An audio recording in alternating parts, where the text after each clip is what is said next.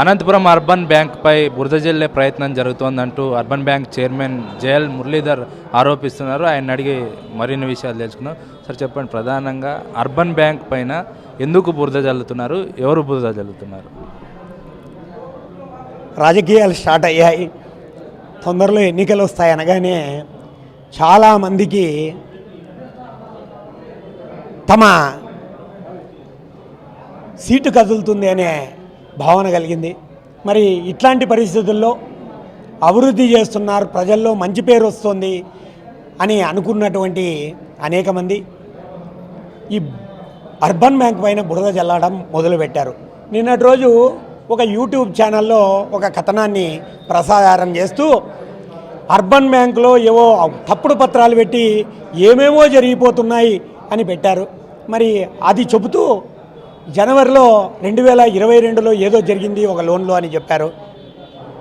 2022 జనవరి 30వ తారీఖు ఆ లోను చేసినప్పటికీ పాలకవర్గం లేదు. మేము ఆ లోన్ చేసినప్పటి తర్వాత 9 నెలలకు, అంటే మేము నవంబర్ 28వ తారీఖున ఈ బ్యాంకులో ప్రమాణ స్వీకారం చేశాం. ఎన్నికలు వచ్చాయి. మరి ఈ విషయాలు ఏవి కూడా తెలియకుండా మా మీద నెపాన్ని మోపాలా, మమ్మల్ని బ్లేమ్ చేయాలా అని అనుకోవడం చాలా తప్పు. ఎందుకంటే ఈ బ్యాంకు సామాన్యుల బ్యాంక్. సుమారు 22,000 కుటుంబాలకు రుణాలు ఇచ్చాం. అనేక మంది ముస్లింలకు, బడుగు బలహీన వర్గాలకు, దళితులకు, ఇది సామాన్య ప్రజలకు అండగా ఉంది ఈ బ్యాంక్. మరి ఇలాంటి బ్యాంకు పైన బురద జల్లడం తప్పు. మీకు ఏవైనా కక్షలుంటే, మీ రాజకీయ వికృత క్రీడలు వ్యక్తిగతంగా మా మీద, అంటే జేఎల్ మురళి అనే నా మీద మీరు చేయండి, కానీ ఈ బ్యాంకు మీద, ఈ పాలకవర్గం మీద చేస్తే ఇది అనేక మంది పేద ప్రజలకు, అనంతపురం ప్రజలకు, డిపాజిట్దారులకు, రుణగ్రస్తులకు, ఖాతాదారులకు మీరు మోసం చేసినట్టు. ఇకపైనైనా మీరు ఆపండి అని మేము ఈ మీడియా ముఖంగా విన్నవించుకుంటున్నాం. అంటే ఇప్పుడు మీపై ఆరోపణలు చేస్తున్న వారిలో తెలుగుదేశం పార్టీ వారు ఉన్నారా, లేదంటే వైసీపీ వాళ్ళు ఉన్నారా? ఇప్పుడు నా పైన, మా బ్యాంకు పైన ఆరోపణలు చేసేవారు తెలుగుదేశం పార్టీ వారా, వైసీపీ వారా, బీజేపీ వారా, లేదా జనసేన వారా అని కాదు. నాకు తెలిస్తే ఆ వ్యక్తి పేరు మీడియా ముఖంగా చెప్పే ఆ ధైర్యం, స్థైర్యం నాకున్నాయి. అయితే ఈ రాజకీయ నాయకులు తమ కుటిల ప్రయత్నాల్ని వెనక నుండి చేస్తారు, కానీ ముందర నుంచి చేసే ధైర్యం, ఆ స్థైర్యం వాళ్ళకి లేదని నేను నమ్ముతున్నా.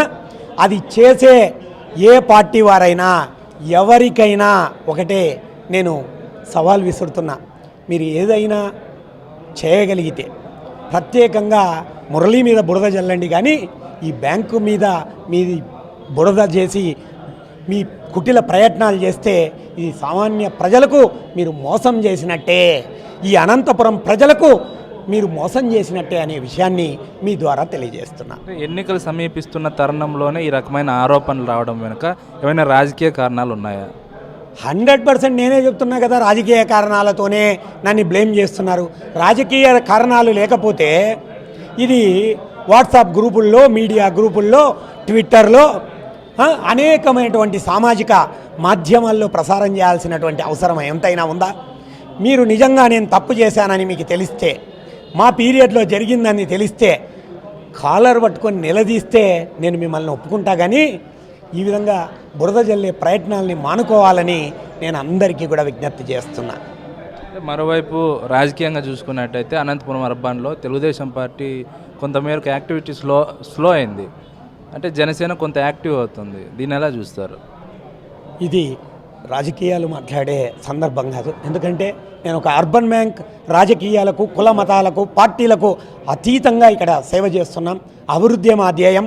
అనంత ప్రజలకు చేతనైనంత ఈ అర్బన్ బ్యాంక్ ఉపయోగపడాలన్నదే మా యొక్క లక్ష్యం. ఆ విధంగా నేను ఈ బ్యాంకులో కూర్చున్నప్పుడు నేను ఎప్పుడు కూడా రాజకీయాలు మాట్లాడను. ఈ బ్యాంకు బయట మీకు కావాల్సినటువంటి ఏ విషయాలనైనా కూడా రాజకీయాలని అనర్గళంగా మాట్లాడగలుగుతానని మీకు తెలియజేస్తున్నాను. Thank you.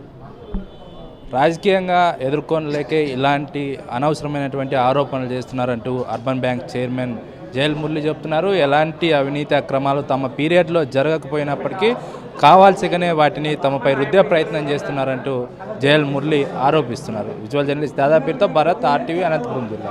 మరిన్ని వీడియోస్ కోసం ఛానల్ ని సబ్స్క్రైబ్ చేయండి, లేటెస్ట్ అప్డేట్స్ కోసం వాట్సాప్ ఛానల్ ని ఫాలో చేయండి అండ్ లింక్ డిస్క్రిప్షన్ లో ఉంది.